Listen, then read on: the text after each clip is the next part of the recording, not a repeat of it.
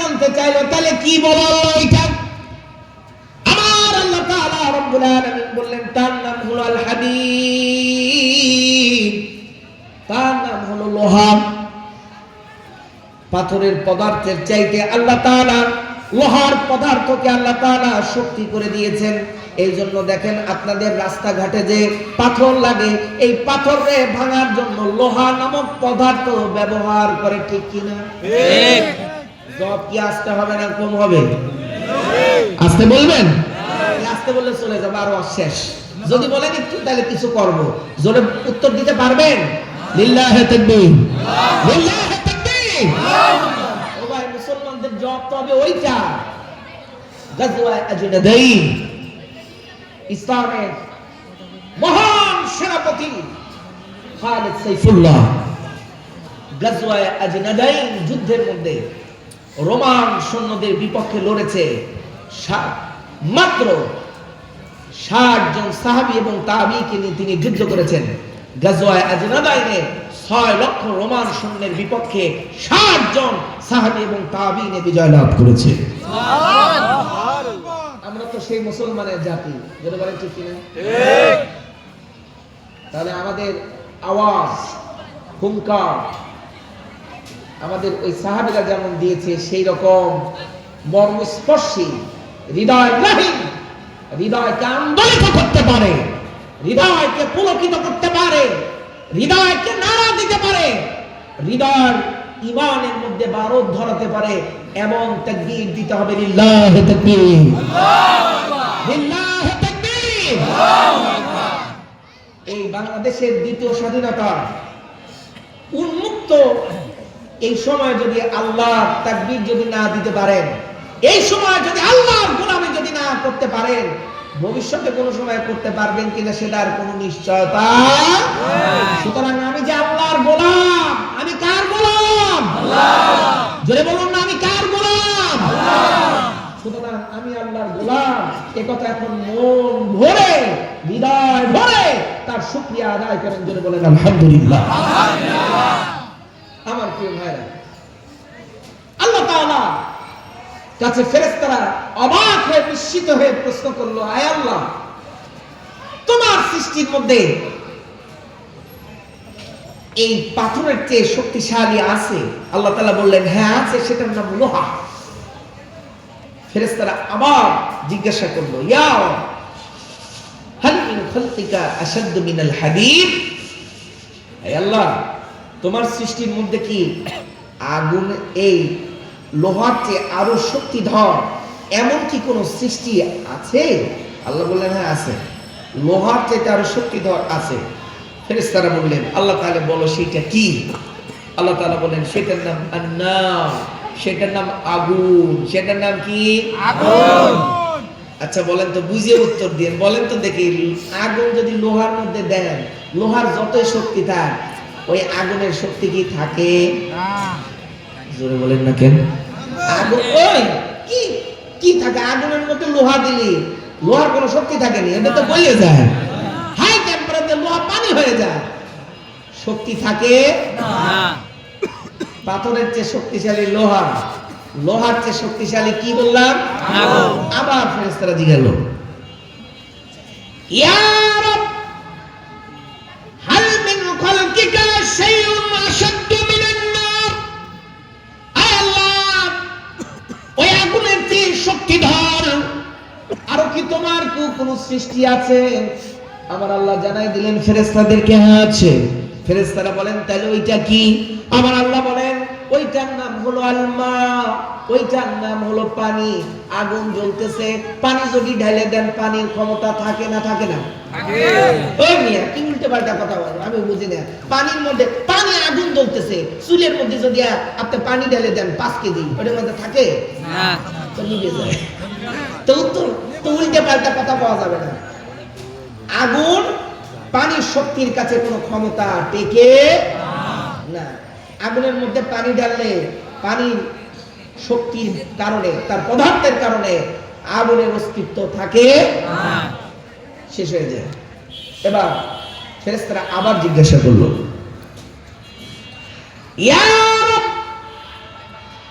হাল মিন খালকিকা শাইউন আশাদ্দু মিনান মা।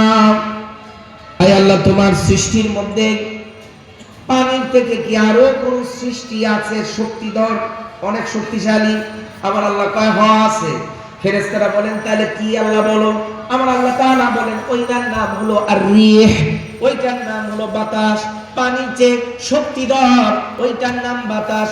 কক্সবাজারের বাতাস, কক্সবাজারের পানি উঠায় নিয়ে আল্লাহ তাআলা ঢাকার মধ্যে নিয়ে আসতে পারে, আবার ঢাকার পানি উড়ায় নিয়ে আল্লাহ তাআলা আমেরিকা নিয়ে যাইতে পারে না? পারে না? ফেরেশতারা আবার বিস্মিত হয়ে বলল ওয়াহাল মিন খালকিকা শাইউন আশাদ্দু মিনার রিহ। আল্লাহ বাতাসের চেয়ে শক্তিশালী এমন কি কিছু তোমার আছে? এবার আমার দিকে তাকান সবাই সবাই সবাই সবাই সবাই।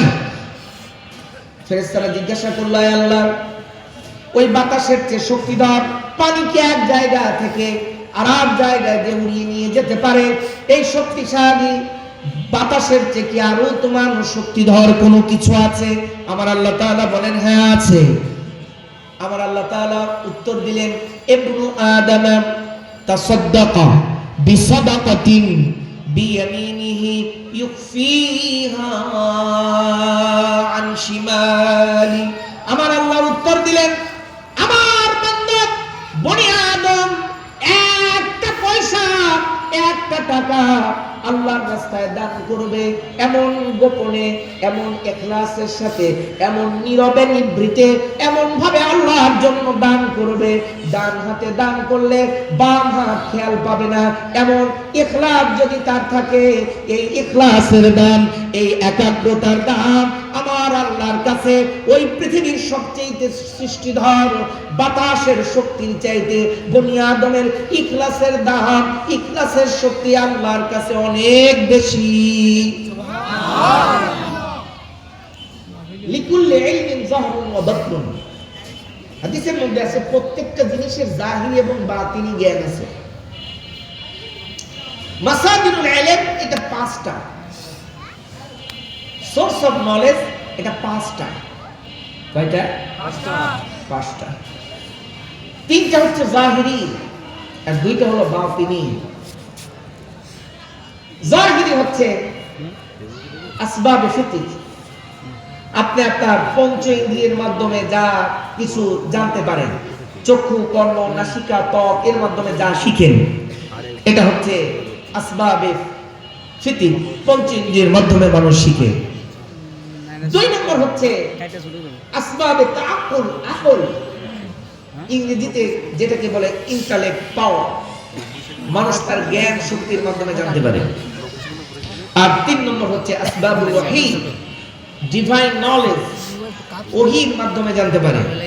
এইটা হচ্ছে জ্ঞান জানার মৌলিকভাবে তিনটা সোর্স। একটা হচ্ছে পঞ্চেন্দ্রিয়ের মাধ্যমে মানুষ জানে, মানুষ তার বোধীয় শক্তি, আকল শক্তির মাধ্যমে মানুষ জানতে পারে।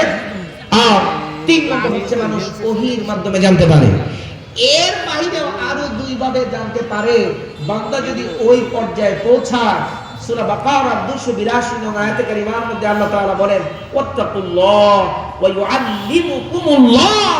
বান্দা যখন মুত্তাকি হয়ে যায়, আল্লাহওয়ালা হয়ে যায়, আল্লাহর ভাষায় বান্দা যখন মুত্তাকির এই দরজাতে পৌঁছে যায়, আল্লাহ শিক্ষক হয়ে ওই ব্যক্তিকে আল্লাহ তাআলা শিখায়। সুবহানাল্লাহ। ওইটার মাধ্যম দুইটা। ওইটা আল্লাহ আমাদের মতন এইরকম সাধারণ মানুষ ওই দুইটা জানতে পারবে না। ওগুলোর জন্য উচ্চ মাকামের ওলি আউলিয়া গাউস কুতুব যারা নাকি রব্বানি উলামায়ে হাক্কানি অনেক বড় বুজুর্গ যারা, এরা এগুলো পারে। এদেরকে আল্লাহ তাআলা দুইটা সোর্সের মাধ্যমে আল্লাহ তাআলা তাদেরকে জ্ঞান দেন। এক হচ্ছে সত্য সত্যের মাধ্যমে আল্লাহ তাআলা দেন, আর একটা হচ্ছে রব্বুল আলামিন তাদের দিলের মধ্যে ইলকা করে দেন। সত্য শব্দ কিসের মাধ্যমে? সত্য শব্দ। আর একটা হচ্ছে আল্লাহ তাদের দিলের মধ্যে ইলকা করেন, ইফা করেন। তো এই যে হাদিসটা বললাম,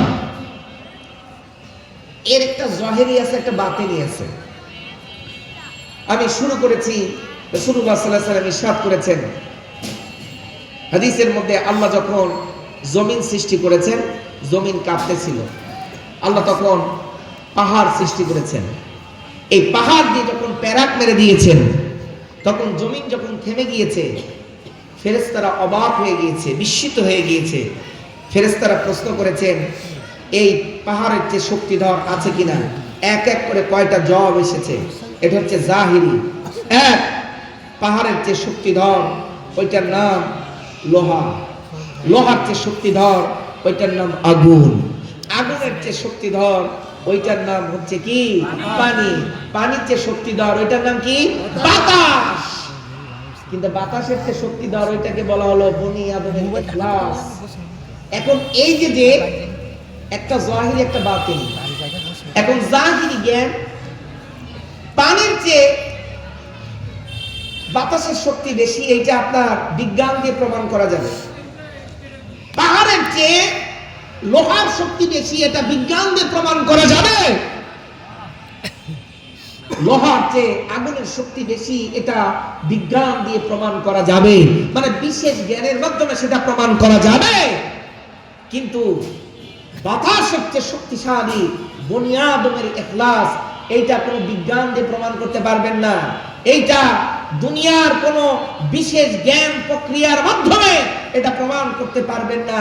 এইটা প্রমাণ করতে গেলে আধ্যাত্মিক জ্ঞান লাগবে। জোরে বলেন কি জ্ঞান? তো বুঝতেছি না তো, সবই বুঝলেন। পাহাড়ের চেয়ে লোহার শক্তি বেশি, লোহার চেয়ে আগুনের শক্তি বেশি, আগুনের চেয়ে পানির বেশি, পানির চেয়ে বাতাস বেশি, এটা বোঝা যাচ্ছে, আকলে ধরে। কিন্তু এইটা কেমনে হয়? বাতাসের চেয়ে আবার মানুষের ইখলাসের দিলের শক্তি বেশি, এটা কেমনে আবার হয়? বুঝাই দিলে আপনারা বুঝবেন। জোরে বলুন না সুবহানাল্লাহ। আরো জোরে বলুন না সুবহানাল্লাহ। চা আছে নাকি? না নাই চা আছে?